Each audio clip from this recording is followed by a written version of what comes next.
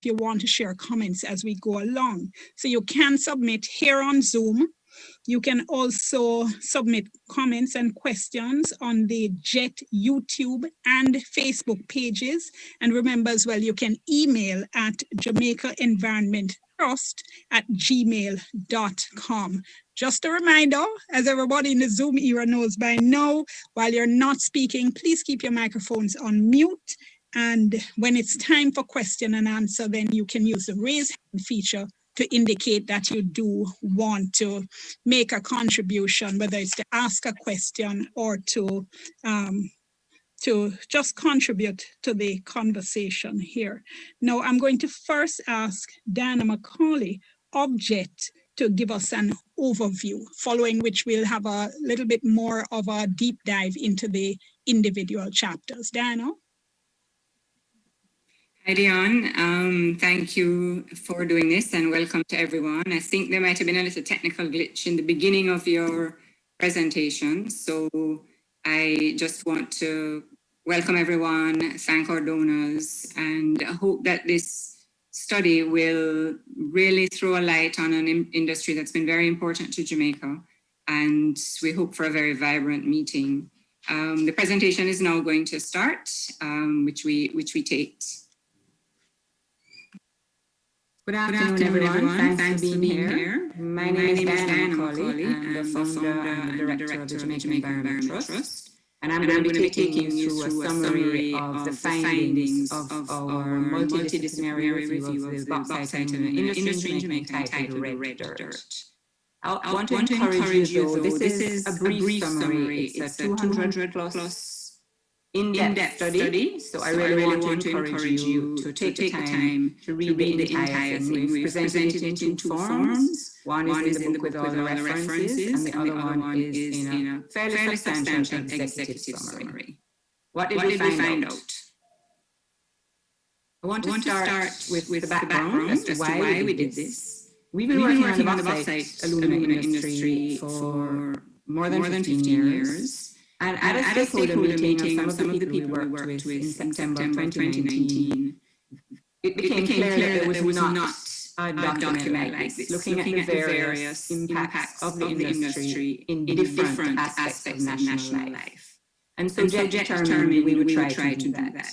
We sent out a request for proposals in January 2020, and we settled on chapters on the history, the regulatory framework, impacts, public health, society, environment, and economy.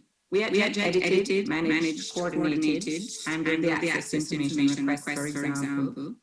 And on completion of a first draft, we did seek stakeholder input from the relevant state agencies, but none was received. For funding, it was funded by the Environmental Law Alliance Worldwide, a long-standing partner with JET, and Jamaica Conservation Partners, or a local funding partner as well.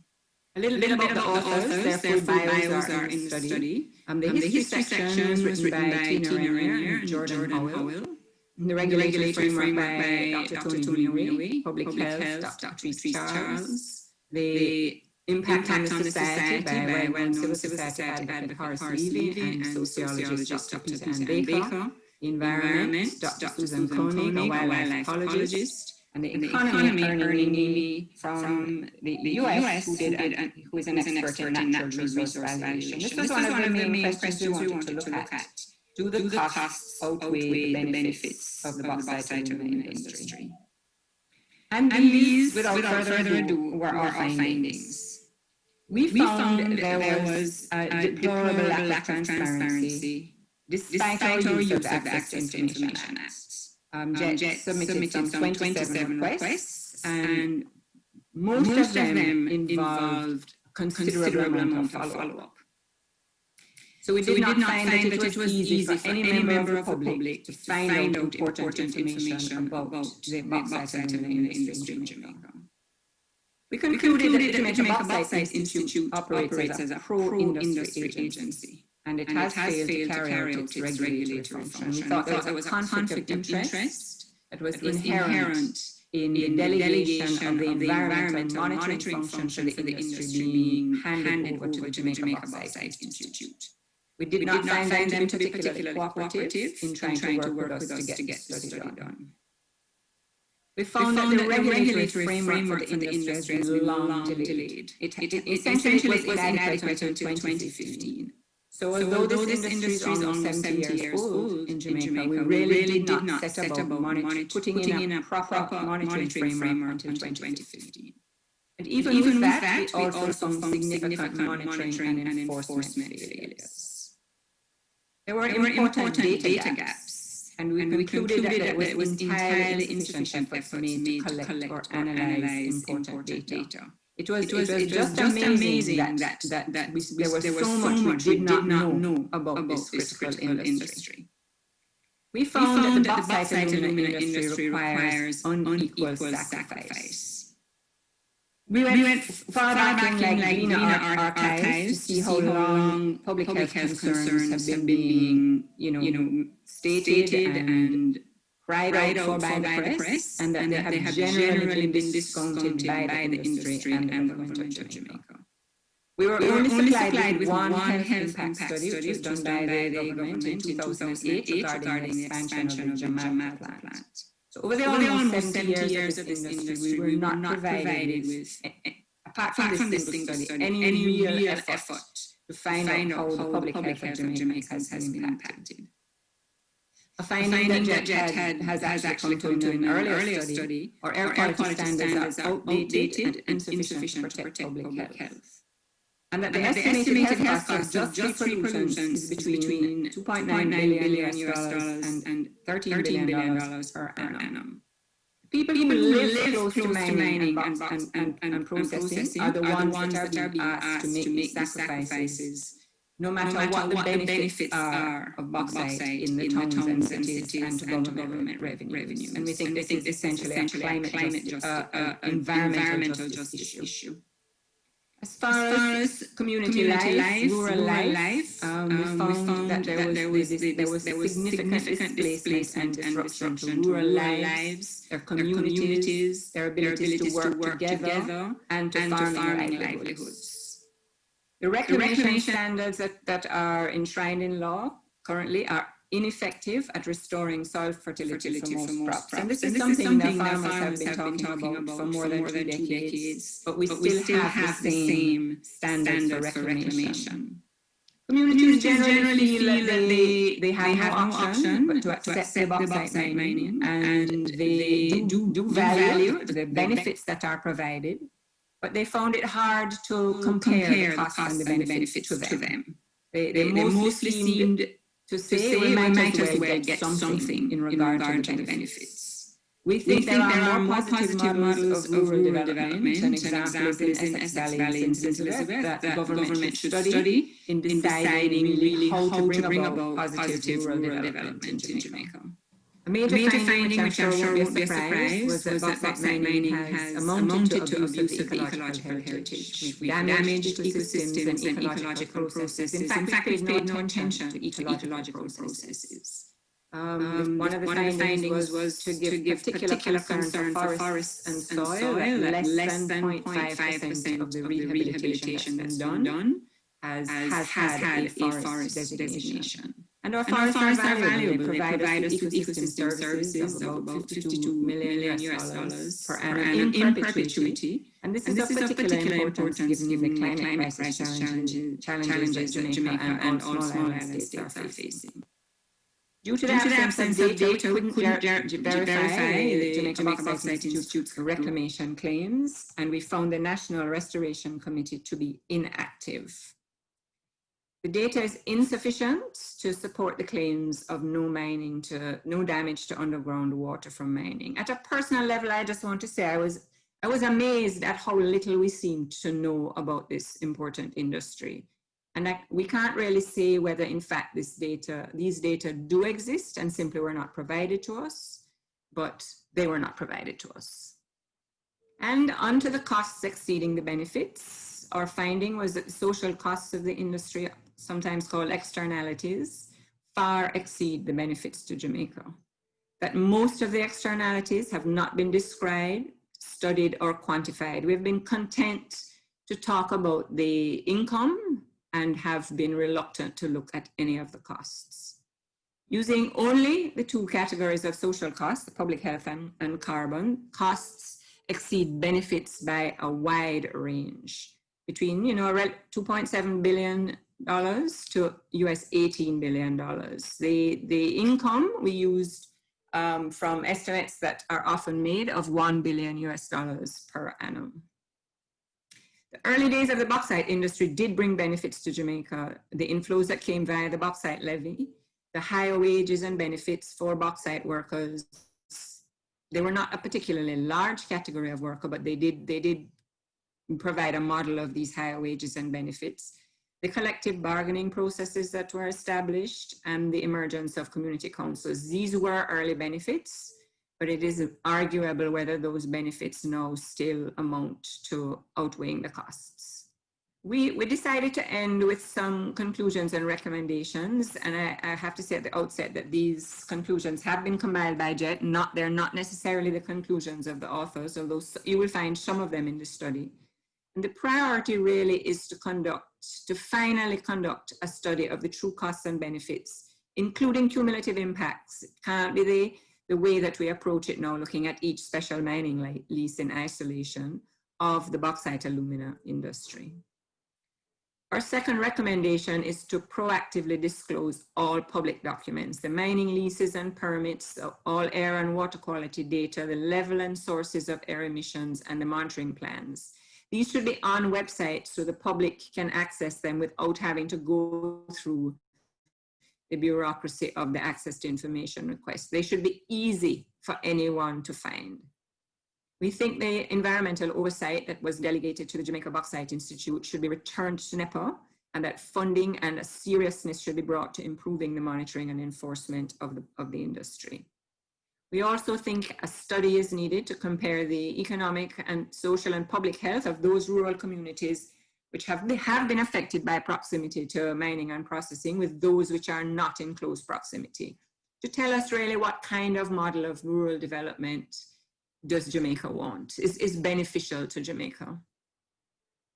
We think the reclamation requirements should be revised to include ecological functions, for instance, like, healthy soil, and the National Restoration Committee should be reactivated immediately with community representation. Specifically, we need to look at the amount of topsoil that is required to be returned to the mined-out pits.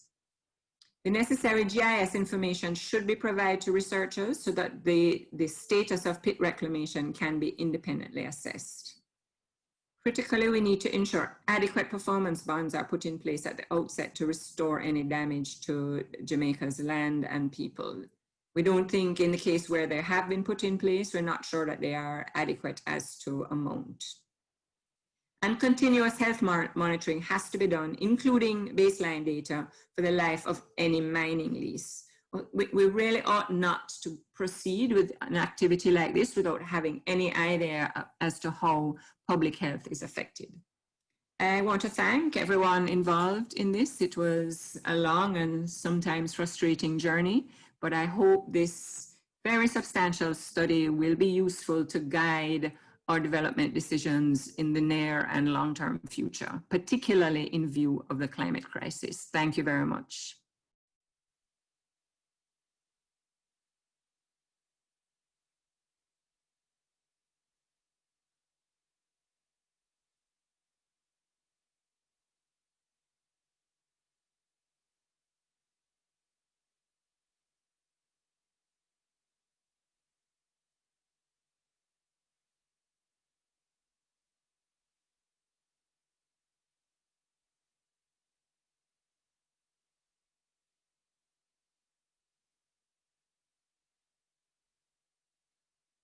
To the summary from chapter 2, the summary of chapter 2 with Dr. Anthony Greenaway, the author of that chapter. Good afternoon. I am Dr. Greenaway, and I contributed a chapter called The Regulatory Framework Governing the Bauxite Alumina Industry's Impact on the Jamaican Environment and Public Health. And I started the chapter with a quotation from Benjamin Franklin: "Well done is better than well said." And I started that way because my research and writing has indicated to me that our present regulatory framework is not too bad, but the implementation of it leaves a lot to be desired. So maybe at the moment we are well said, but we're certainly not well done. In this brief introduction, I want to touch on 3 issues of gave me considerable concern as to the way in which environmental issues have been handled over the 70-odd years of the industry. The first issue of concern is the frustratingly long time it's taken to put regulations in place. The Mining Act of 1947 defined where mining and prospecting could take place, but it was not until 1991 when the Natural Resources Conservation Authority Act was passed, and then the regulations associated with that in 1996, that any effective environmental regulations were put in place. And even then, existing industries were effectively exempt from these regulations until 2015. So about 65 years to get the regulations in place. My second frustration was with the Access to Information Act and the getting information to work with. Applications would take 1 to 2 months to get responses to. Often the information was incomplete and had errors in it, and so to get the information that we wanted it took months. Why can't information be put up on websites and readily available? And finally, my concerns about monitoring of the environment. I want to illustrate it with the operations at Wendelco in Ewerton. It's shown on the map here. Here's Ewerton. This is the mud disposal area, which you can see easily from the North-South Highway, and this is the processing plant. Companies are required to do calculations that show where their maximum environmental impact will be, and that's shown here by these these blue dots, and one here. Once those calculations have been done, the authorities, NEPA, Jamaica Bauxite Institute, Ministry of Health and Wellness, along with the company, decide upon where monitoring should take place. And the monitoring sites that were decided upon in this case were here, Pleasant Farm, Orangefield, Hayfield, and this plant operation here is actually within the vicinity itself, so it's not really an ambient monitoring site. So in selecting these sites, no attempt has been made to put a site close to the maximum impact sites. This one is not bad, it's in a community. This is in a little community, this is another community up here. They also could be affected because the wind is coming up here from the northeast, and so it's blowing things in this direction. But there are no background sites which are required by the guidelines. So why have these sites been chosen? Why have the calculations been effectively ignored? It costs a lot of money, it doesn't seem to have been used. So again, well said, but not well done. So in concluding, I would like to recommend to the authorities that overseeing the environmental impact of this industry, it would be better to be well done than well said. Thank you. It wouldn't be a discussion about any kind of environmental issue if the whole issue of access to information did not come up. That is such a crucial part of effective monitoring, effective community surveillance, effective participation in these kinds of decision-making processes, and all too often we hear of these concerns. No doubt we'll be exploring that a little bit more in the discussion aspect in the question and answer section, but let me go now to the Chapter 3 summary on public health, and this is being presented by Dr. Patrice Charles. Hi everyone, my name is Dr. Patrice Charles. I am the author of Chapter 3 in JET's newest publication, Red Dirt. My chapter, entitled A Healthy and Productive Environment, the Public Health Impacts of the Bauxite Alumina Industry in Jamaica. My chapter will explore the public health impact of the bauxite alumina industry through examining the complaints of residents across the island that was made in the media. I'm also going to review 3 very important studies that looks at the impact of the refinery in Hayes in Clarendon on the surrounding communities that was in close proximity to the bauxite alumina plant. These 3 studies are my thesis that I did in 2007.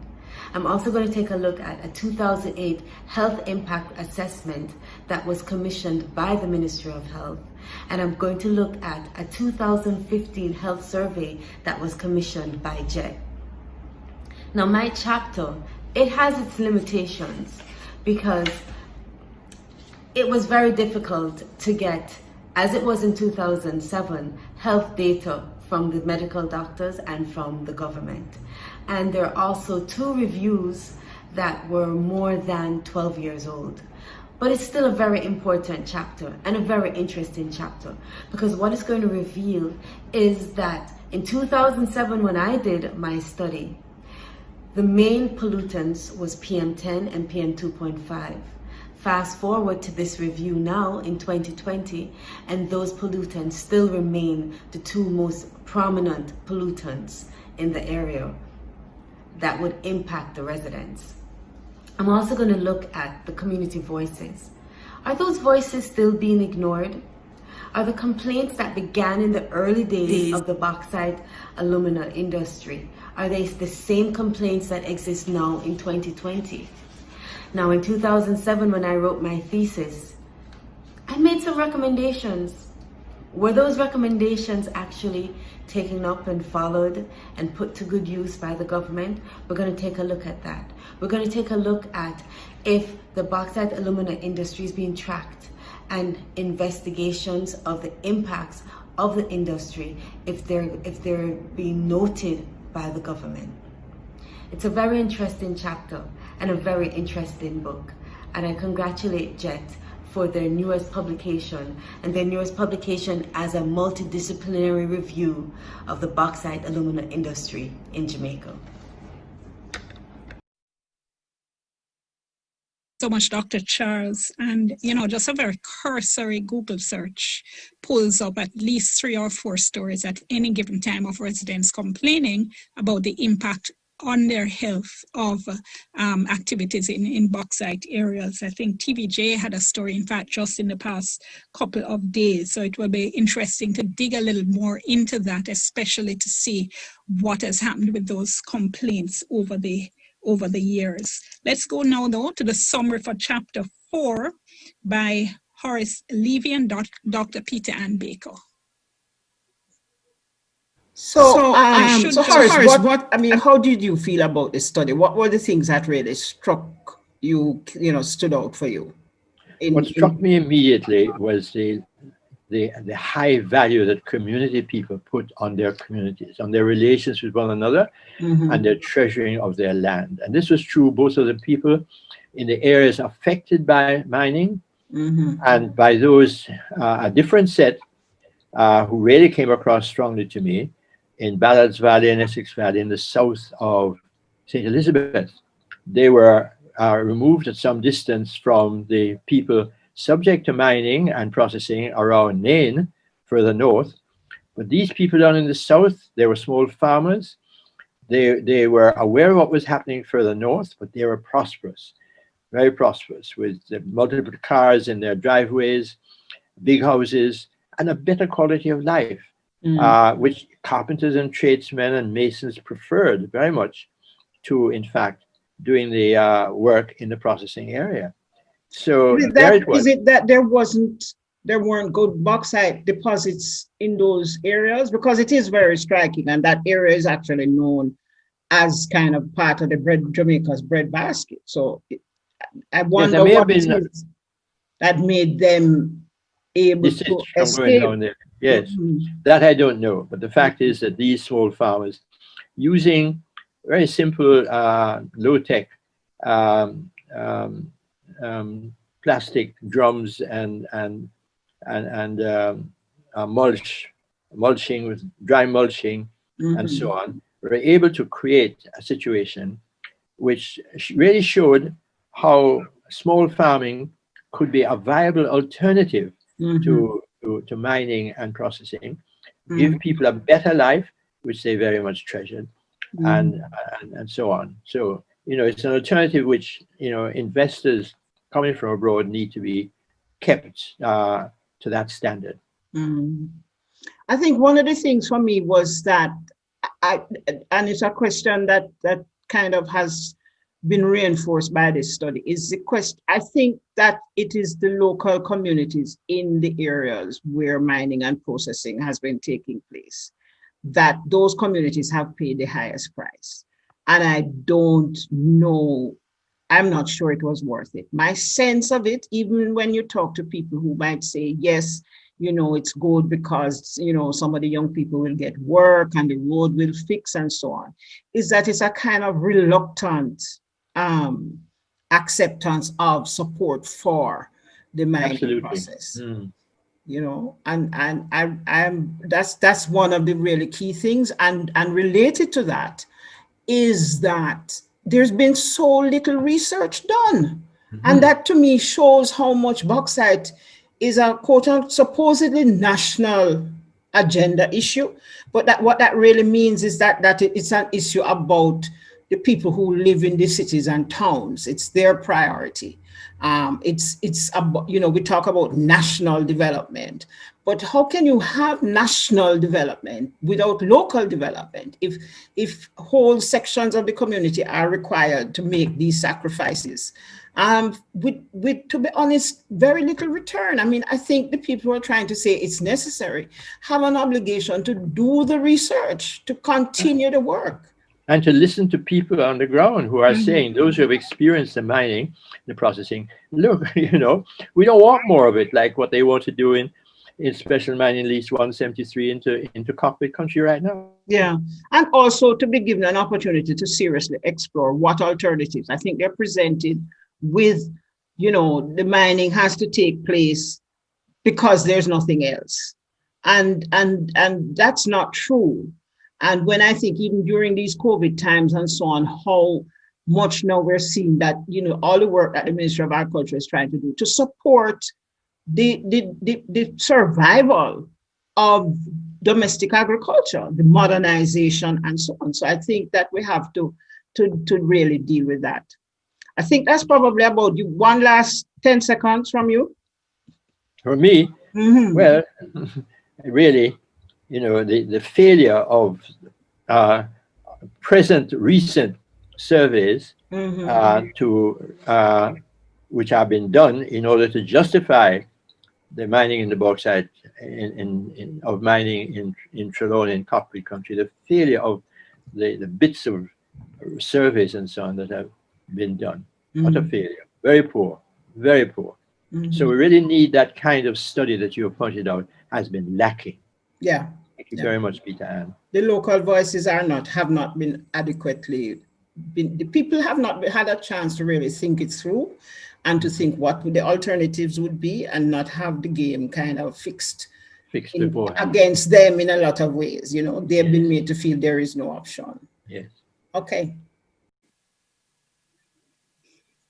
And thank you so much. So Peter and Baker and Horace leave it there, giving a quick summary of chapter 4, which looks at the social impact of the industry. And that phrase that Dr. Baker used, I think is so apt: reluctant support for the mining process. And that whole idea of decisions being made by people in urban areas affecting people in the bauxite communities who really have no say in what happens, but you hear them say, we need jobs, but.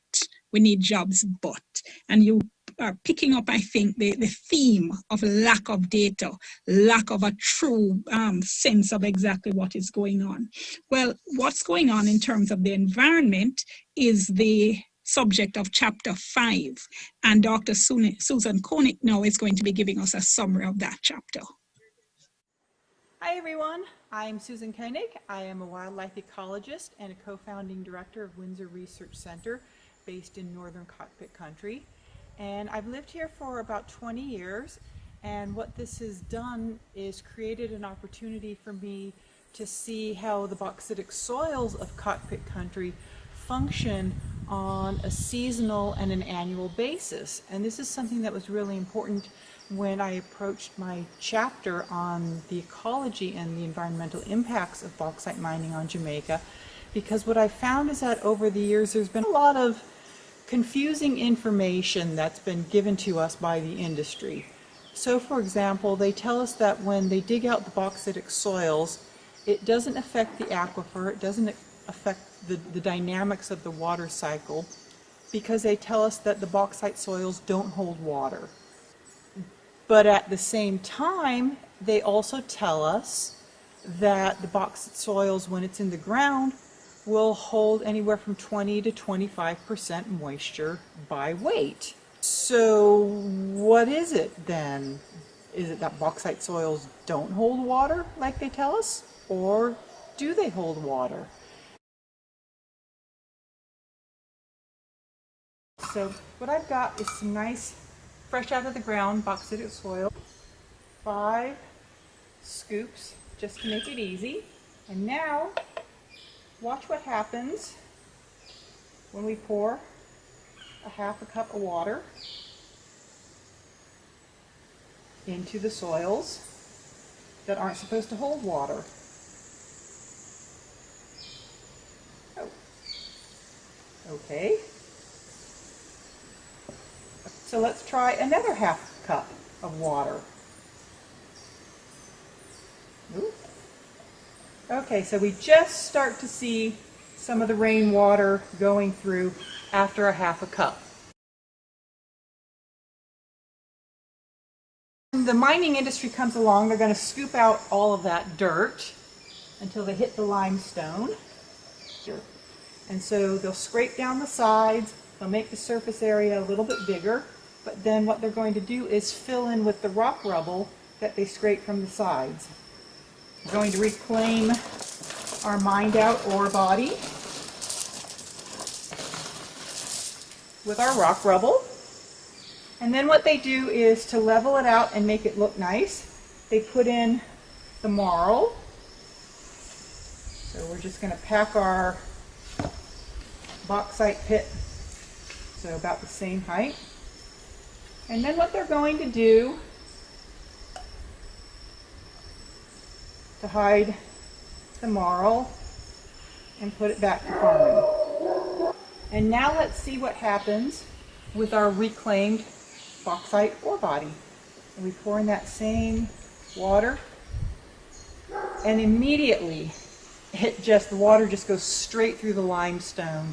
There's nothing in place to keep any little bit of rainfall from percolating immediately, quickly, right in through the limestone, which means all of that water is going to go shooting downhill, downstream, and it's going to be moved away from the area on site where the rain fell.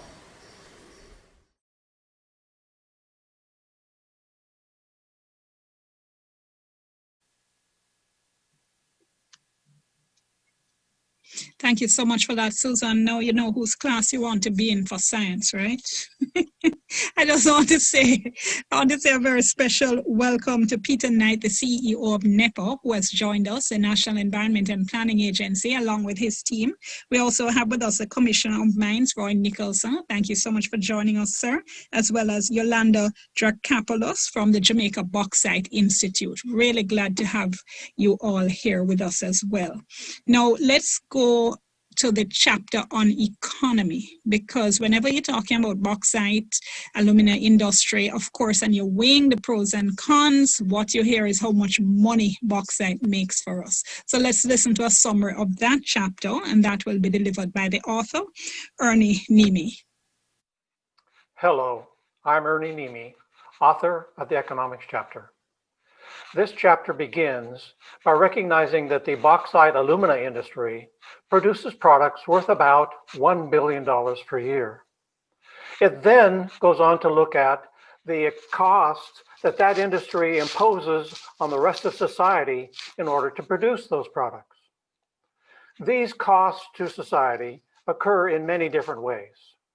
Some of the most important occur as the industry emits pollutants into the air. Jamaicans breathe those pollutants and become sick or even die. Just 3 of those pollutants, particulates, sulfur oxides, and nitrogen oxides, produce damages to the people of Jamaica that total about $3 billion per year. That is to say, the economic costs to Jamaicans from just the air pollutants are 3 times the value of the bauxite and the alumina.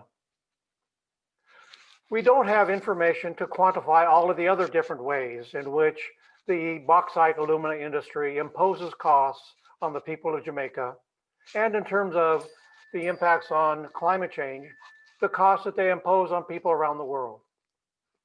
The information that we do have, however, indicates that the costs may be as high as $13 billion a year. That is to say, much, much, much larger than the value of the bauxite and the alumina.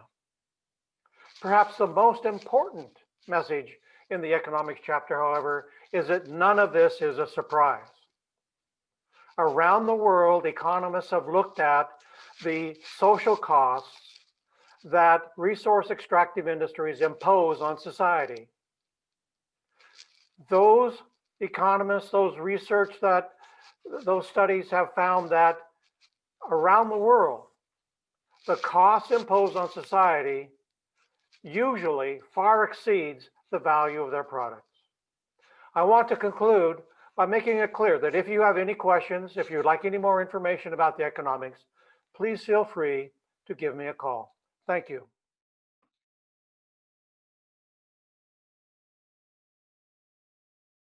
And thank you so much for that. Now, we are going to be moving now into our question and answer session. Let me just say, if anybody joined late, just want to let you know, don't worry, you'll be able to go back at your leisure and watch the entire presentation. They're going to be archived on JET's YouTube page as well as the organization's Facebook page. So don't worry about that. Now, we have with us live now to answer your questions. Ernie Nimi, who you just heard from, speaking about the economy. We also have Dr. Koenig, who spoke about the environment, Horace Levy and Peter and Baker with us as well, who spoke about the social impact. Patrice Charles looked at public health, and the editor, Diana Macaulay. We do not have Dr. Greenaway. He was unable to be with us for this presentation. So we want to jump straight in because we already have questions coming in. Feel free to send in your questions via Facebook, via YouTube, or if you're in the Zoom meeting as well, you can also, of course, use the raised hand feature or type in the chat. And Imani Duncan was commenting a little bit earlier that she found the presentation by Susan Koenig very compelling. She says visually impactful. Now, let me ask Dr. Koenig, I think this would be for you.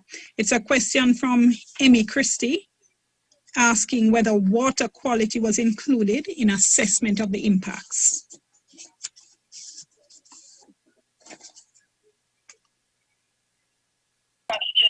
I didn't look at it as much as I'd like because there was not information publicly available on the water quality. I had a conceptual framework for how water moves through a karst.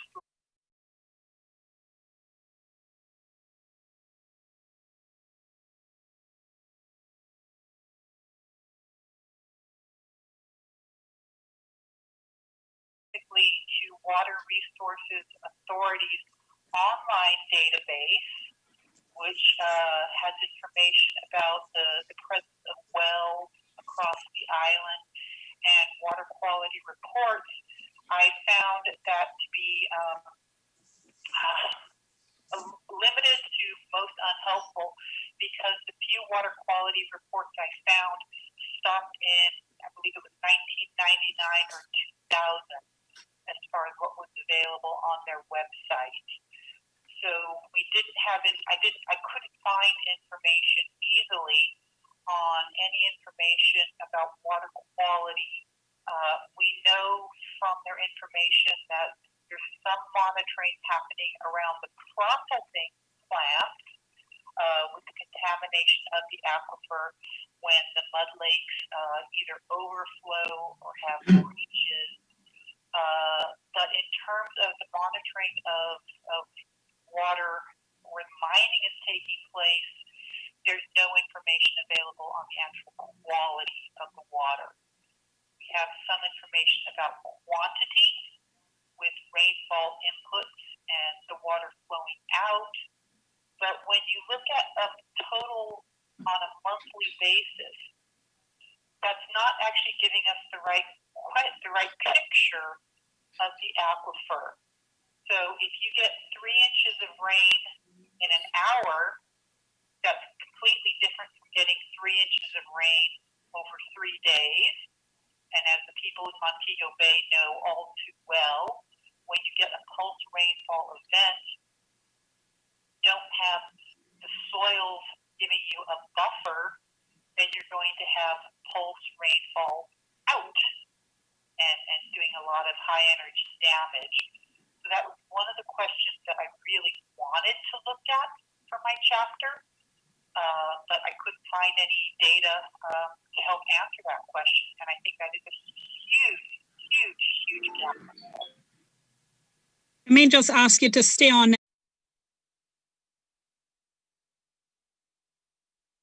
Pollutants. Oh, I beg your pardon. I seem to have been giving Dr. Greenaway an appointment elsewhere, which he didn't in fact have. He is in fact with us, so that's fantastic. Alan Roy is asking, does anyone know if pollutants from red mud ponds leak into the groundwater? And have we seen any stories of flooding from the recent rains related to areas where mining was happening? Dr. Koenig, can you answer that? In terms of pollution, I don't have information. I have a couple reports from Water Resources Authorities, their annual reports, which definitely discuss problems with pollution during heavy rainfall events where there was overtopping mud lake storage areas and what they call the dry storage areas as opposed to the lakes. Again, where you get these very intense short rainfall events, that's where we start to see the problem. And I would say that's where our monitoring is failing, because we're not planning for these catastrophic, predictable events. We're in a hurricane zone. We have to plan for a major rainfall event, and the industry doesn't appear to be doing that. They kind of plan for, the minimal average event, but for communities, it's going to be these pulse events that we don't seem to have good information for that I can find. Thank you so much for that. I think this might be coming from two different people. So Imani Duncan Price is asking, how did you calculate the air pollutant cost of bauxite to Jamaica? And was a $3 billion per annum figure based on an average over the last 70 years, or is it a cumulative impact figure? And same question in relation to the $1 billion earnings. Again, is that average? Very good question. The analysis really has two parts. One is to estimate the emissions of particulates, sulfur oxides, and nitrogen oxides. That work was completed by a staff scientist at ELAW, Dr. Mark Chernayak. I then used the published research. There's actually quite a lot of research on what are the economic costs that result from exposure to these pollutants. That research looks at, for a year in a given place, an awful lot of this work has been done, for example, in the Los Angeles area, which has had chronic air pollution problems for a very long time. There's a very large research community there to look at what are the economic consequences from that exposure. That economic analysis has looked at both the economic consequences associated with people getting sick, the term is called morbidity, as well as people dying or mortality. And what we look at, or what those researchers have looked at, is what are the costs of healthcare, going to the hospital, the drugs, the reductions in earnings. Some of the research has looked at what is the economic value of the reduction in quality of life when people are chronically ill and can't breathe, for example. And we put all of that together. So then the analysis says, well, what are the emissions coming from Dr. Chernayak times what are the economic costs per ton in order to give us an estimate of what are the costs per year from the annual emissions. So I hope that helps. By the way, all of this information is fully documented within the report. Thank you. That was very helpful. Thank you so very much. Let me just do a follow-up question on that, though, Dr. Nimi, because Imani was also asking, given the general lack of data that seems to pervade this entire analysis, what kind of reliable data did you use? How confident are you in the reliability of the data in relation to air pollution and the impact therefore? Again, I want to make it very clear. I am not an air quality engineer. I defer to Dr. Chernayak, who looked at the data that are available, and he's done this in an awful lot of countries. And so the estimates of how many tons per year for each type of pollutant, I rely on him to take the available data and come up with the total numbers. All right, thank you so very much. There's a question from Alan. No, I beg your pardon. Let me go to this question from Joshua Anderson, who is asking whether there are strategies that would allow stakeholders to better monitor and visualize the direct costs of mining. Let me see. Anyone in particular wants to take that? Dr. Greenaway, do you want to try and comment on that?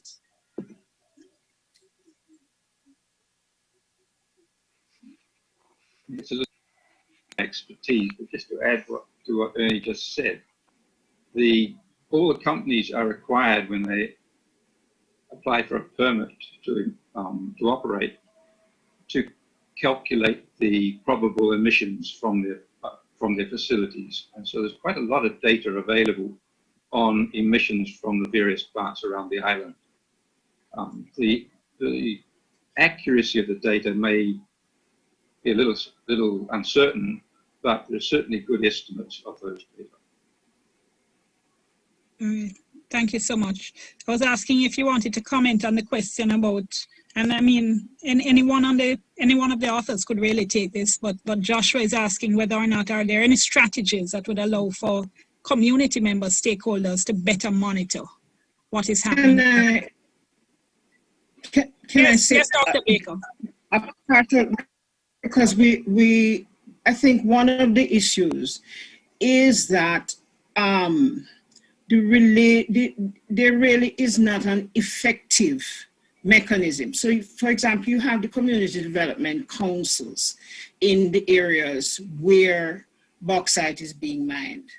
But those councils, one, the chairperson tends to be somebody who works for the bauxite company rather than a community person. And they tend to spend a lot of time, my roof was damaged and so on and so forth, and negotiating compensation for individual households and farmers and so on. The idea that there should be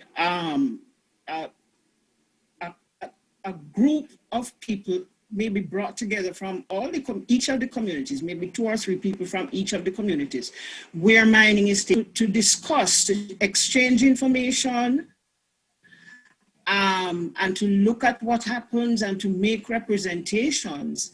I was not aware of any mechanism like that existing. So they will say, the authorities will say, but we have stakeholder consultations, but they tend to be very one way. I really don't see them as consultations. You could say they were information giving sessions, but in terms of, effectively hearing a voice, having a committee that could say, look, something has to be done about what is happening in St. Anne, because, and this is our experience, I have not seen any evidence of that kind of consultation. And I suppose there's a kind of contradiction, because really to sustain something like that, you would really need a government agency to do that. But then, given the government dependence on bauxite income for the consolidated fund to be used all over the country, are they willing to, would any government be willing to support it being monitored, its operations, its policies being investigated in the way that the listener was asking about? It's a challenge, and we don't, Jamaica Environment Trust is it, and in a lot of ways. There are some other environmental NGOs, but it would take a considerable amount of resources. I did some research a few years ago now, looking at the forest management committees, which the Department of Forestry had established to bring stakeholders from the different forest reserves together to discuss where they were going and so on. And it was interesting. They agreed, to put the matter, because I was looking at bauxite on the agenda, and I can still remember, in fact, that the officer from Forestry Department left the room when we started to have that discussion. He had, he facilitated it and all of these things, but he just had a sense that he didn't want to be part of that aspect of the discussion. And that's serious. That's a serious problem, because I got the feeling it wasn't, I want to allow people to speak freely. I think it was because, he suspected what people might have to say, and he didn't want his name to be called to say, you know, you are out there fomenting this kind of thing. It's a very problematic situation. So I've seen it in relation to forest management things, and it's hard to sustain. I know Jamaica Conservation Development Trust also in the Blue Mountains are trying to find, you know, meaningful ways of getting inputs from the community. And it has to be done by agencies that are genuinely committed to not just allowing people to come to meetings and talk, but that there is actually a commitment, formal process where these concerns, these recommendations will be carried forward and taken into account in the decision making. Let me just ask you before I move to the next question, Dr. Baker, how though do you, what should I say, make allowances perhaps for the fact that the stakeholders themselves, the main stakeholders themselves, the residents are often, when you listen to them, and I think you made reference to it, almost conflicted because the bauxite companies in many cases give scholarships to children, they do various community projects, and you hear that kind of conflict coming out when you speak to community members. So yes, they're obviously concerned about the health, they're concerned about the roof, they're concerned about the children and the impact on the health, but at the same time you hear them say, but, you know, but my daughter went to college, my daughter went to high school, in those kinds of situations, how do you facilitate it? Yes.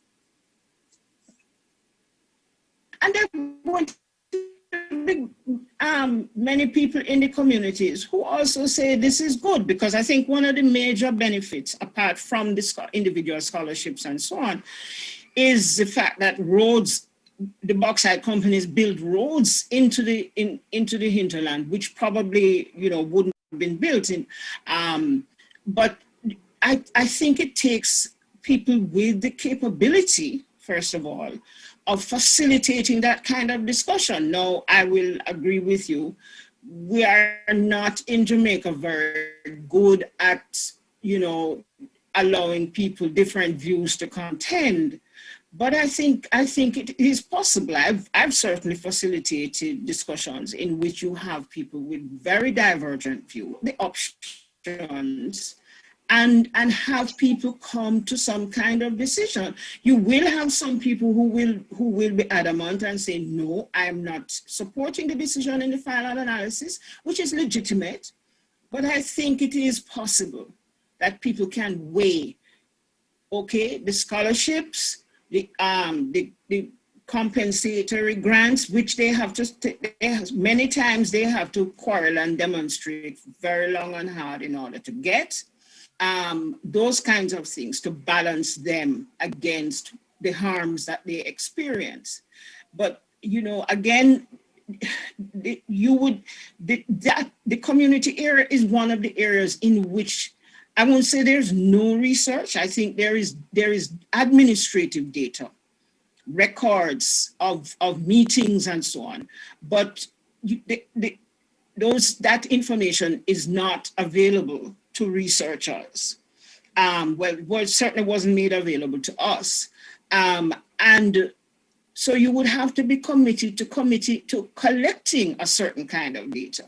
If this aspect is returned to NEPA, then you would have to have a section in NEPA which works in and with communities, that it's not just about the environmental impact assessments, but it's also ongoing working in and with communities, so that the communities can build the confidence that when we raise something here, it is going to be taken forward and it's going to be part of the larger decision making. Okay, I see Horace wants to come in as well. Okay. In the Zoom that you can, of course, raise your hands. I do see Imani's hands. I'm just taking a couple more questions before I come back to you.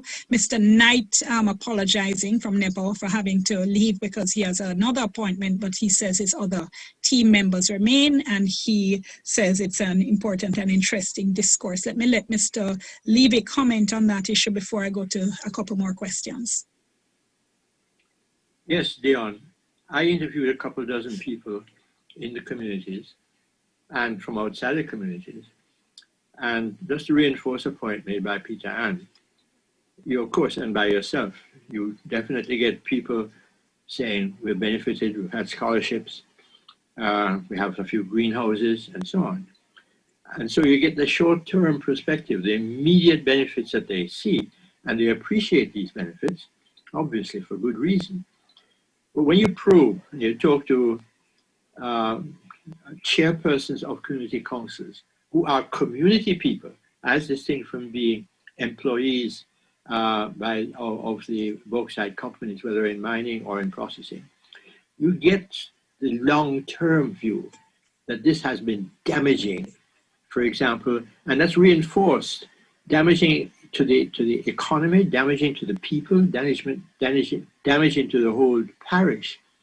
And that's reinforced, for example, in the St. Anne region, in the Clarendon region, in Manchester, they'll tell you how the citrus growing industry has been severely damaged.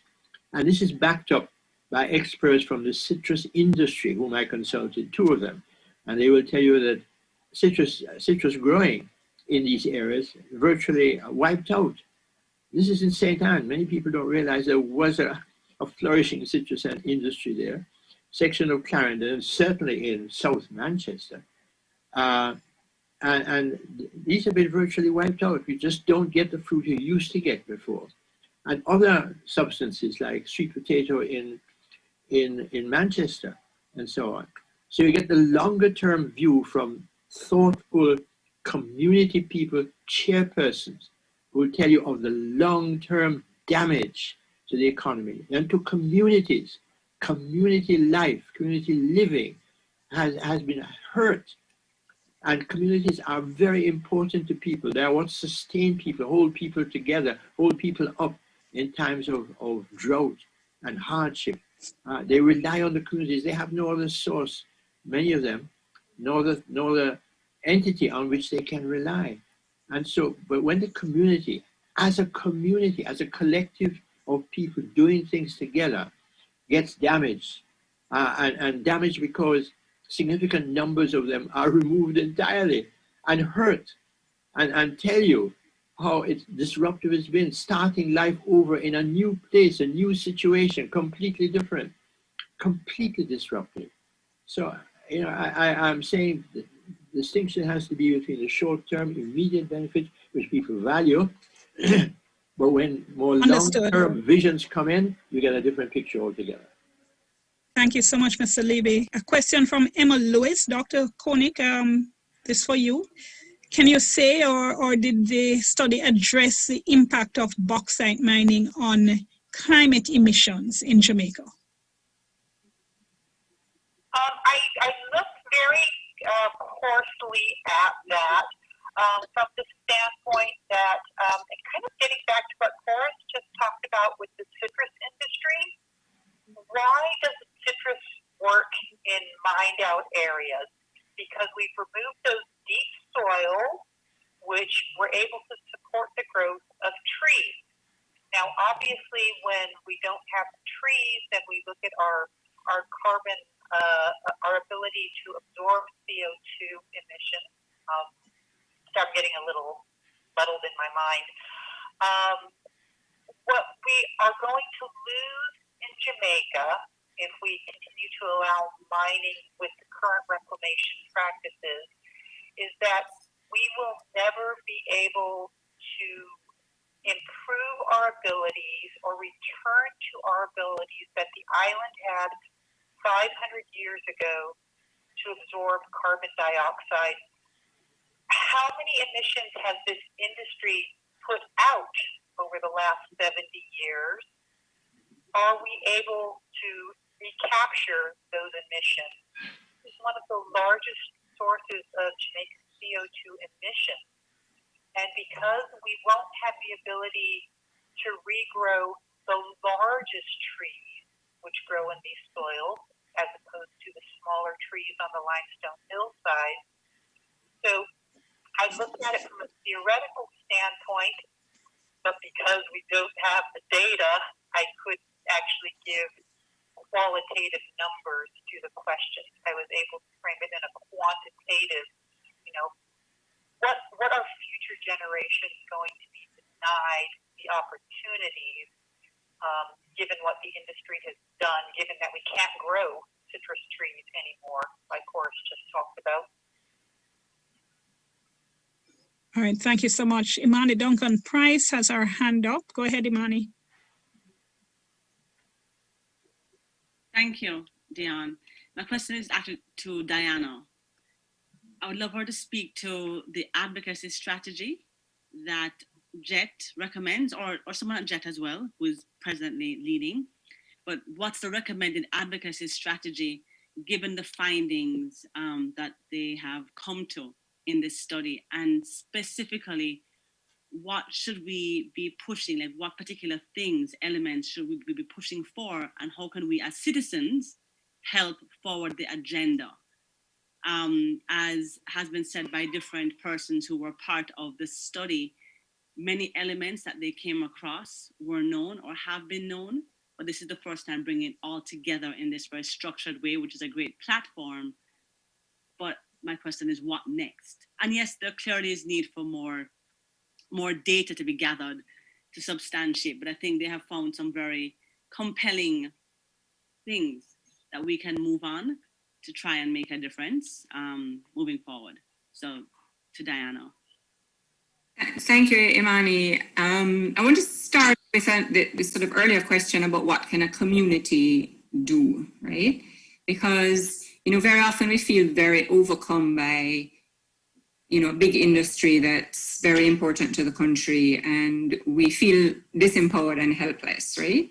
So one of the places to start with is the environmental permits that mining operations now have to have. And of course, they're rather intimidating documents, but once you've read them a few times, you realize that a lot of them are just recurring conditions of the same type. And there are various things that are simple and required that community members can monitor. So for example, there's supposed to be a community log, right? Of, for instance, incidents of air pollution, or very often there's a requirement for work to only take place within certain hours. There might be a requirement for roads to be wet, that kind of thing. And communities can really play a very important role in monitoring those small things. I can't tell you how many times we've made complaints on behalf of community members, and when the regulator has checked the log, there's nothing in the log at all. So we have to get used to recording what we see. And of course, now we have cell phones, we can do it much more easily than we used to. The date, the time, how many people saw it, and to use whatever avenues are available for sending in complaints. That is the most important thing I want to say to people. We can't just leave this up to the regulators, because they will only do what they are held to do, and they have to be held to do it by us. More generally on the advocacy strategy, I wouldn't want to go into all the details of JET's particular strategy, but one of the things I've learned over the years in doing this kind of work is that advocacy is a process of building lots of foundational bricks. And it's always very difficult to find out what particular things have worked. So this study is one aspect of an advocacy strategy. Now, is it going to be read? It's 200 and mash pages. Is it going to be read by a very large cross-section of Jamaica? Probably not. This event is an effort to reach more widely people as to what it says. The posting on our website of the information is another brick. Visuals. We all can supply visuals. The first question an organization like JET will ask if you call with an environmental complaint is, do you have a picture? Because if you don't have a picture, it becomes very difficult to get the regulator to accept what you are describing actually took place. It involves interacting with people who can actually make a difference, the regulators, the political directorate, to get them to face the fact that after 70 years of this bauxite industry, we were not even able to find out how many people were displaced. So I think one of the things that JET is going to have to do is, coming out of this study, make a list of some priorities. Everything cannot be done at the same time. So make a list of some priorities and sort of organize some advocacy strategies, some mobilization strategies around those priorities. So I'll stop there. I don't want to take up, I want to hear from people rather than hear me talking, but I hope that goes some way to answering those two questions. Thank you so much, Dano. Nicholas Elias has a number of questions. Let me put them to Dr. Nimi. Anybody else can jump in as well. He's asking, has anyone completed any geospatial modeling to determine the mean economic effect of bauxite mining or processing on nearby communities, as in, for instance, comparing the income of communities that are near to operations? And he says community income and consumption data are routinely collected by Statin and the Planning Institute of Jamaica, and that's the Statistical Institute of Jamaica. So maybe a study that clearly outlines if there is any benefit to nearby communities. Hold it there together, Dr. Nimi, but any comment on that? Yes, again, that's a very good question. What I would recommend is that you go back to Diana's very first presentation and her summary of recommendations. And the first of those recommendations was to complete a more detailed analysis and description of the economic benefits and costs from this industry. And in particular, what this question is asking is, can we get that information down to some local level? And just listening to the last two questions, you want to know, well, why do that? There are a variety of reasons. One is we've heard again and again that people suspect that they are being harmed, but they don't have the information that allows them to know exactly how they are being harmed, how much, and what can they do about it.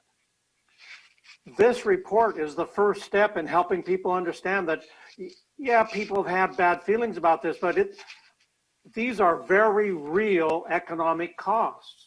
Just the health costs alone from breathing polluted air exceed the benefits from the alumina and bauxite industry by more than 3 to 1, perhaps 13 to 1. So now can we bring that down to individual communities and trust in the people? When the people have a better understanding of how they are being harmed, then they can be more effective in trying to find solutions to that. So for example, one of the things that we talked about earlier was people being harmed by breathing the 3 pollutants. But we don't have data at all on the particulates that come from the dust. The harm from breathing the particulates in the dust will be a very localized economic harm. And we simply don't have information to describe that at the moment. Thank you so much. I have a question here. It says to the JET attorney, I think they're referring to you, Dano. It says permit, the question is, permits only legalize levels of harm. Is that what you're after? Listener or viewer, I think you misunderstood what Diana was saying, but I'll let her explain it.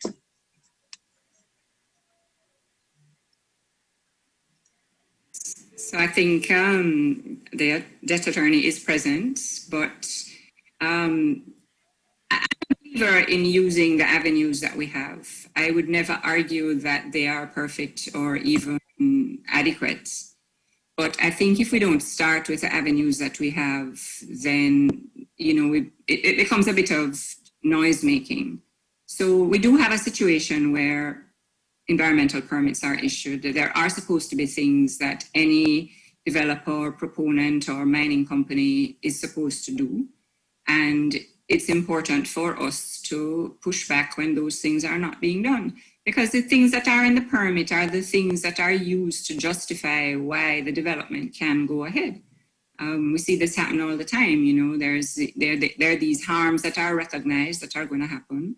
And we're told that it is the permits that require the mitigation measures that is going to stop these harms from happening.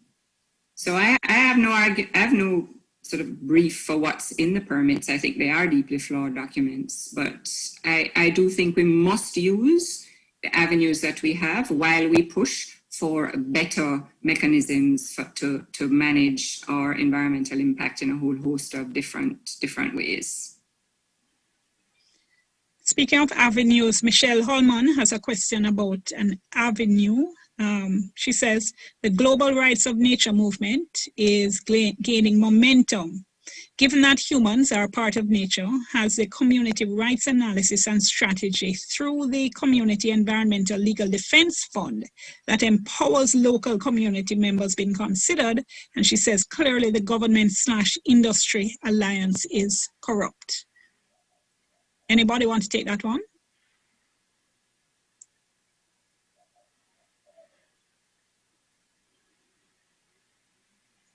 No takers? If no takers, we'll leave it as a comment and a suggestion, perhaps.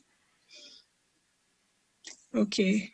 We also have a question from Christopher Binns, who was asking, given the environmental drawbacks, why is mining such an attractive prospect? Dr. Nimi, I'll put that to you, seeing that you looked at the side that is in fact seen as very attractive. Oh, it's very clear. If you can make $1 billion through a process that costs at least $4 billion, but you make other people pay the $3 billion so that you can get $1 billion, that's a heck of a deal. You know, that's a real moneymaker. And so part of the solution here is that you have to force the people who are making the money to pay more and more and more of the costs that they are imposing on everybody else. There is really no other solution. All right, thank you so much for that. A question from Esther Figueroa. Should the energy be going into stopping the industry or monitoring and studying the industry? That's a hard one. That's a very, very, very. I guess that's me. I guess I think about the monitoring and the studying as an avenue to stopping, because it's difficult to see how an industry, which obviously the state sees as a very great benefit, can be stopped in the absence of some monitoring and studying. So it's not that I do take the point that there's limited energy. You know, it's not as if we are all, you know, there's, you know, lots of civil society groups, environmental groups who are very organized, very well funded and all this kind of thing. So I do take the point that there's limited energy. But for me, I've always found that the facts help you, and you have to put some effort into uncovering those facts, because they help you to explain what you want as well. You know, so if your ultimate goal becomes to stop the industry, which I would probably say I'm not sure we're there yet, however much that might be the inescapable conclusion, the facts help, you know. I will just say there's one thing that I have always found most difficult when discussing mining, specifically bauxite mining and other kinds of mining. The prevailing attitude seems to be that the state benefits, and therefore because the state benefits, the wider Jamaican society benefits. And there are some community people who they have to put up with some harms. And for me personally, I have always found it extremely difficult to go and stand in front of any particular set of community people and explain to them that they are the ones being sacrificed. And I think that so for those people who are pro the bauxite industry and who say the benefits outweigh the cost, I think they should go and move beside the nuisances of the industry. And I know that is a simplistic way to look at it, and I know it gets pushed back from them. But I have always felt unequal to explaining to any set of people why they should be the ones to have their public health and community life disrupted. Dr. Baker, and then Mr. Levy. Yeah, I was actually saying, I don't think a stopping is going to, it should, in a way it almost shouldn't be on the agenda as an explicit thing anyway. But one of the things I would love to see, which is why I'm concerned about strengthening the community, is that I think the community should at least demand a more equitable share of what is now going into the consolidated fund. So that, you know, look at what's happening in education and going back to education in the context of COVID. I mean, the schools in those communities should be prioritized for being equipped, for getting, you know, teaching assistants, for getting tablets, connectivity and so on. They should, I think that at least that, because I think objectively, if you quantify the scholarships and so on, it doesn't come anywhere near putting things in balance. So I really think that there are ways in which I would love to see the communities, and there are, Jamaica Agricultural Society groups, community development committees, and so on and so forth. That I would love to see the day when they take on those issues, because right now, especially the CDCs, again, they are largely a one-way channel for, the government has decided this, and this is how you are going to do it. Okay, Mr. Levy, and then Dr. Greenaway wants to come in on this as well. Not hearing you. Unmute, Mr. Levy. Oh yeah, sorry about that. I am rather sympathetic to Esther Figaro's position, which I take is in the direction of stopping the industry, and therefore directing our energy there. In the meantime, those who, of course, who are taking the position of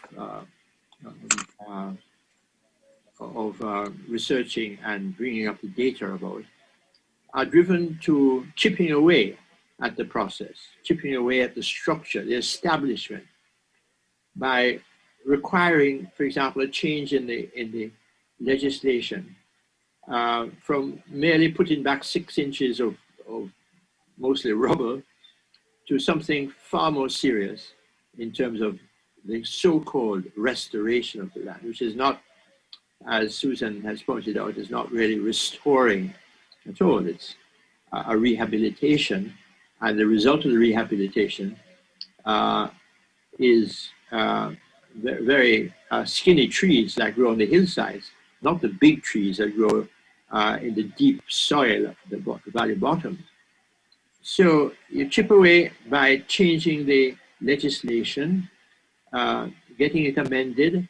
That's the kind of thing that the rest of us are forced into trying to achieve in order to combat the class hold which this kind of industry has. I say class because it is a better off class, a political class, who opt in favor of having this industry, whereas the people at the bottom in the communities are essentially not in favor of it. Those who are faced with the new mining lease into Trelawney, for example, who've had experience, those who haven't had the experience of bauxite mining would say, oh boy, jobs there, possibilities and so on. Those who've had the experience know very well what the mining is like and what they're not going to be getting out of it. A few greenhouses just don't compare with what has been achieved in the Essex Valley, Ballas Valley in South St. Elizabeth, for example. They don't compare. So the differences are huge, but to persuade the establishment, the government, and those who control the decision-making is another matter altogether. So in the meantime, all we can do is chip away. But keep our aspirations high and work towards them. That's my suggestion to Esther. It's the best one can do at the present time. And chipping away is not to be neglected, and her efforts at filming, for example, have been very, very influential, very impactful, and very much appreciated by all of us, and we really want to see that kind of thing continue. Thank you. Dr. Greenaway, before I move on to the question. Thanks, Leon. I just want to point out that Jamaica has about 7% of the global reserves of bauxite. So we're a rather big player in the industry. We're the 5th largest nation in terms of production of bauxite. And the predictions are from the development of the national minerals industry, national minerals policy, which is in draft form at the moment. It is predicting that we have about at present rates of production, about 50 to 100 years more worth amounts of bauxites. And that's a major resource. From, maybe I express an opinion slightly different from the others, but from a pollution point of view, which was really my expertise, I think the issues are controllable if they're controlled properly. So the water resources, the atmospheric pollution, if things are done the way they're meant to be done, then I don't think we have a major problem. We can control it. The difficulty is that we're 70 years into the industry, so maybe about halfway through our lifespan of the industry. And Dr. Nemi's economic assessment is, to my knowledge, the first we've had. Why hasn't this been done before? We took 65 years to get the regulations into place. Why does it take so long? We've got the Jamaica Bauxite Institute is responsible for monitoring the industry and making sure it's environmentally compliant. Why, after 70 years, have we not done a decent study of the impact of mining on water resources? It's a complicated question. It's not something you can answer in a short time frame. But why haven't we done that? The same thing with respect to atmospheric pollution. The models we've got are being very poorly applied, and the calculations they're doing are meant to be guiding on monitoring, but they're not being used. So I think if we manage the process properly, we fight to make sure that the information all information is available, that the Jamaica Bauxite Institute and hopefully the new Minerals Institute will start doing proper research into the impacts that these activities have on our system, then I think we have a viable industry, and I think we can control it. But it must be done properly. Let me follow up on that. Dr. Greenaway, because Charlene Hendricks has a question that's related to what you're saying. You're saying if we do if we regulate properly, essentially, then the industry could operate in a responsible manner. My words, not yours. But Charlene is asking whether or not the legislative framework that is currently in place is effective enough, is reliable enough to be able to push back against negative effect on the environment by industries such as bauxite. That was one of my conclusions, that it's taken a long time to reach there, but the legislation in place as of 2015 is not bad. There are some problems with some of the legislation. For example, everybody that drives past a processing plant senses the caustic aerosol in the atmosphere. But that is not legislated. This is not in our air quality standard. And the authorities said to me when I asked them questions about that, well, since it's not in the standard, they can't enforce it on the industry to monitor sodium levels in aerosols, caustic levels. That's simply not a reasonable response. There's no reason why we can't set guidelines for the industry and which are specific to the industry. You wouldn't legislate or have an air quality standard that included caustic soda, because it's only going to be important around an activity like a bauxite processing plant. So there's no reason why you can't put in things over and above the standards into this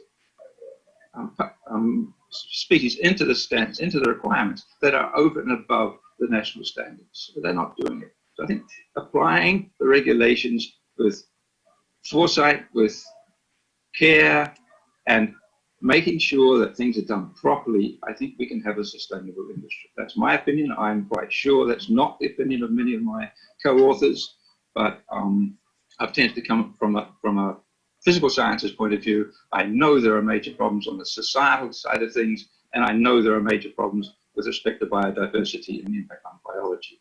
But from a physical point of view, I think we're in reasonably good shape. And hence the importance of a multidisciplinary study that gets perspectives from experts in different areas. Dr. Charles, let me bring you in here because we've heard very little about health in terms of the questioning.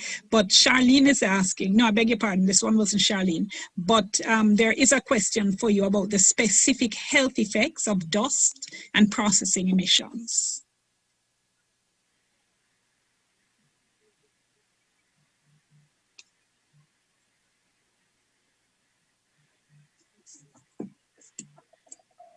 While we wait, Dion, could I say a little bit about that?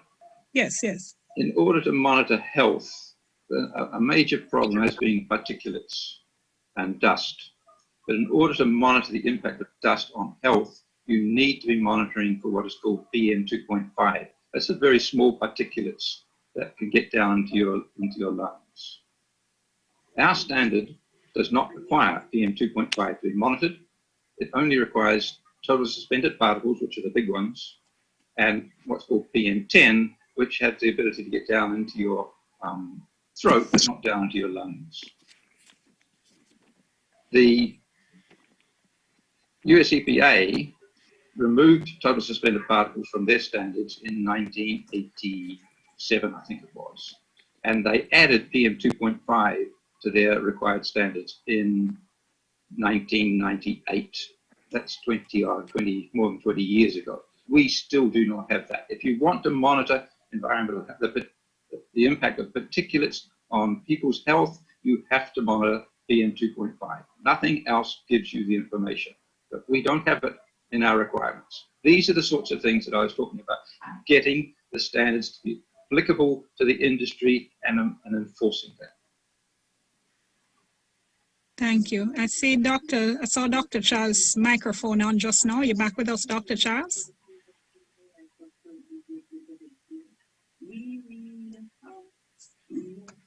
Okay, had seen her microphone on, so as soon as she's available again, I'll let her. Yes, go ahead, Dr. Charles.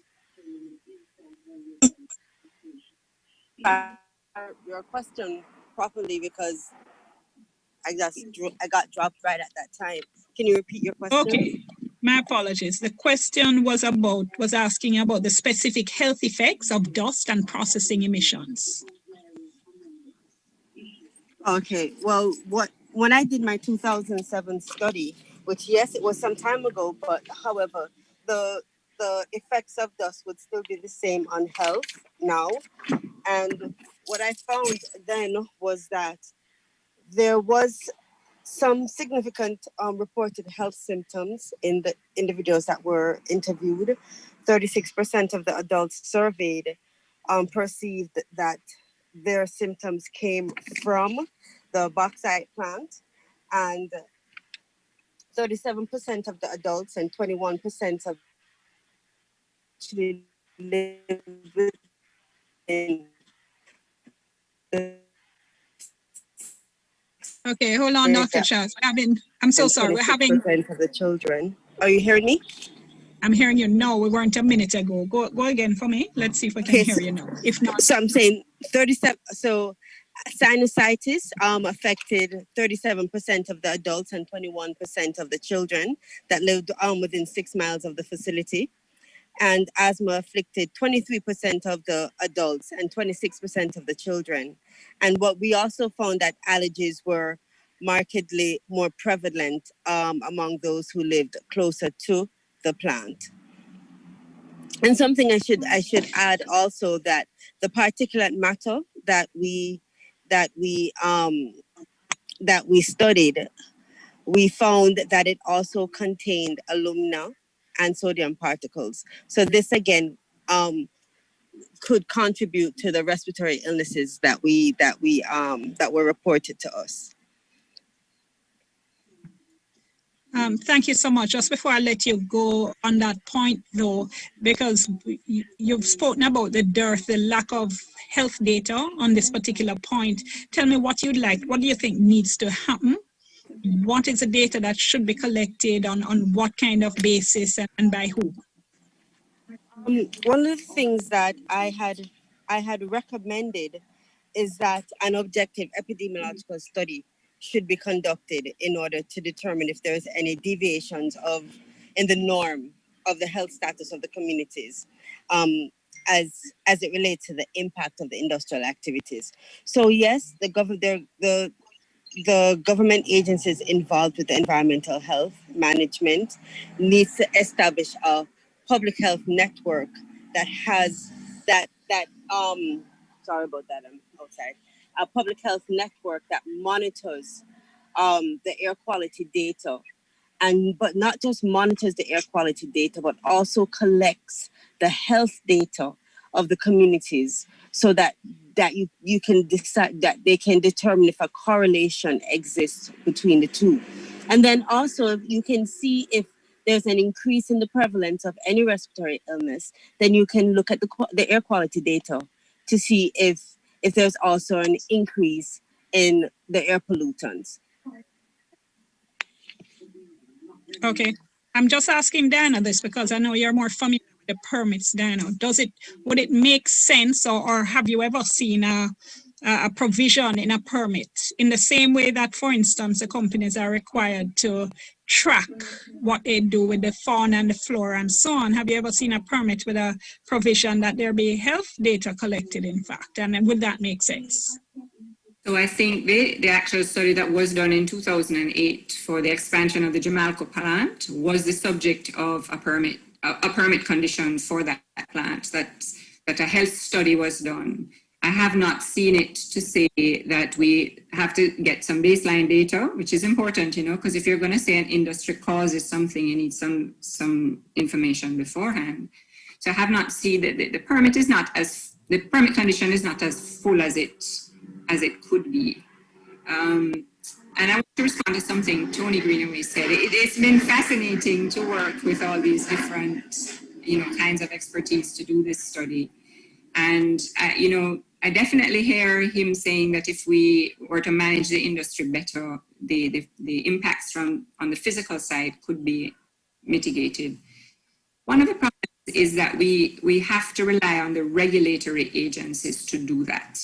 And if they do not do that, which is one of the things that we have found in this study, if they do not do that, the legal avenues that are open to a community or a regular citizen are costly, are long, and are very intimidating.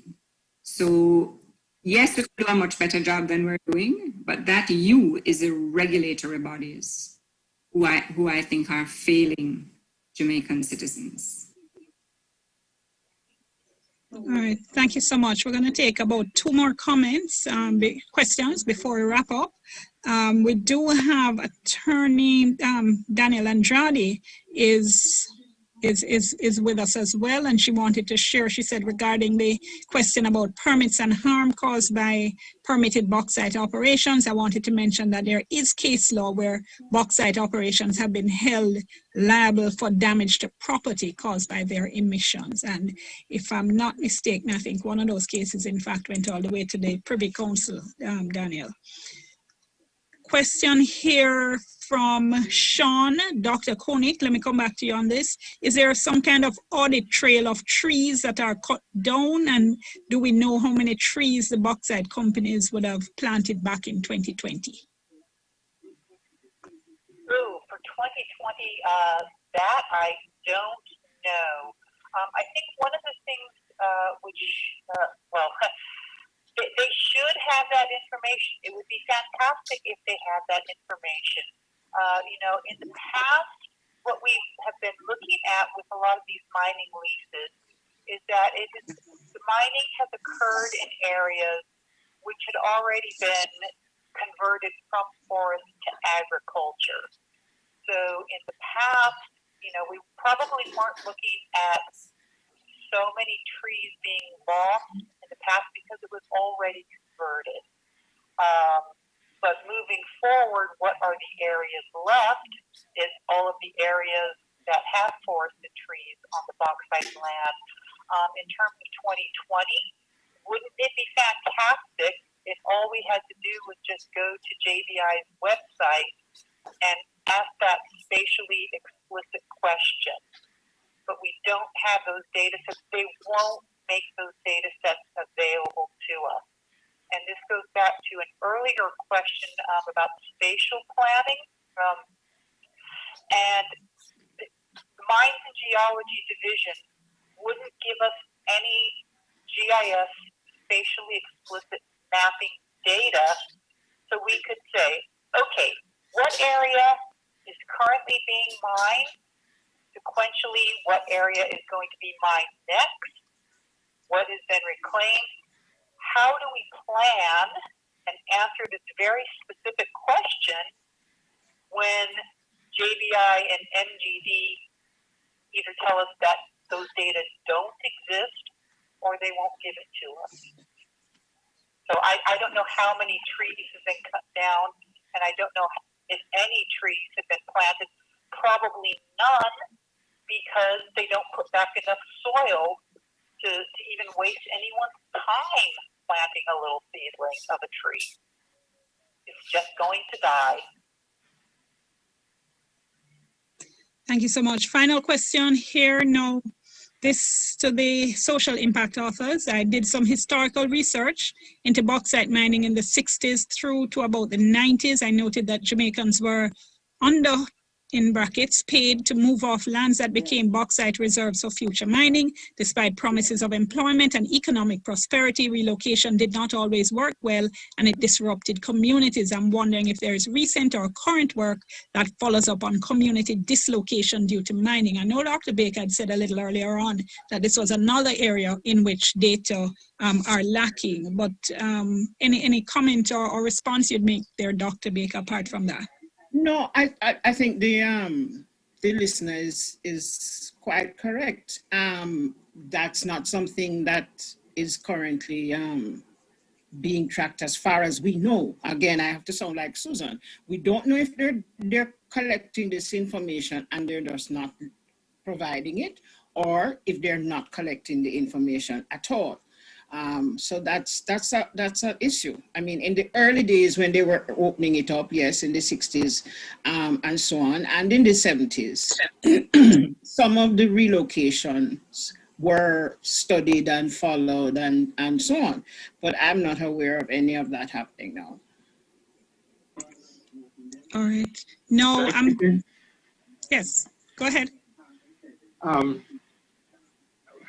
I don't think there's any data that's likely to be, because there isn't any interest.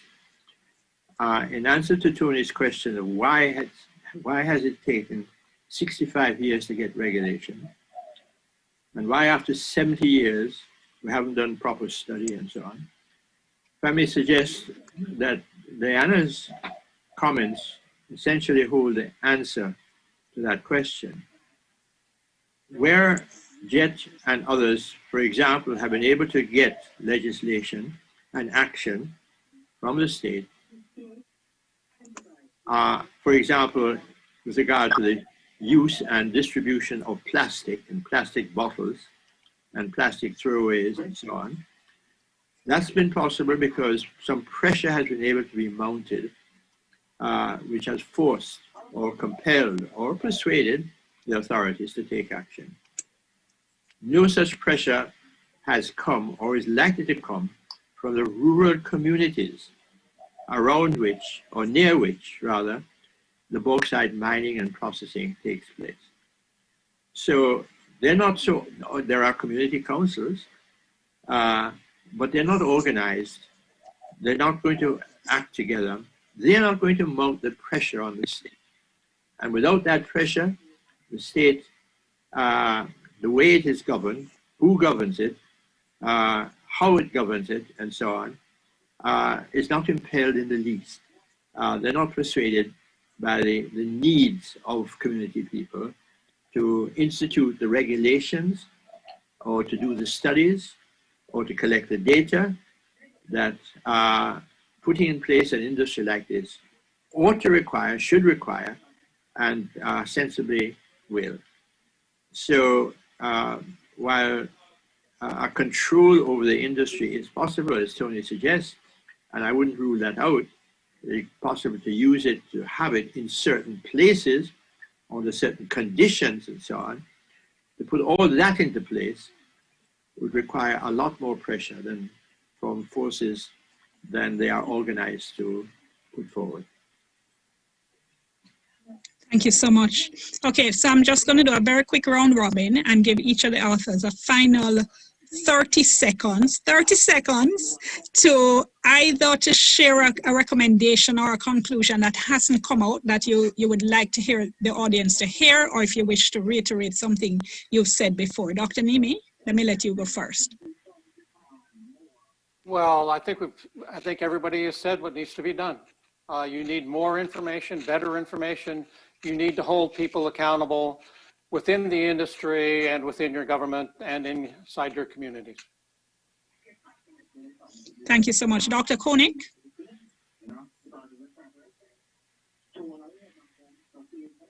Shockingly bad the assessments and monitoring of air quality has been. I could not believe what's not being done.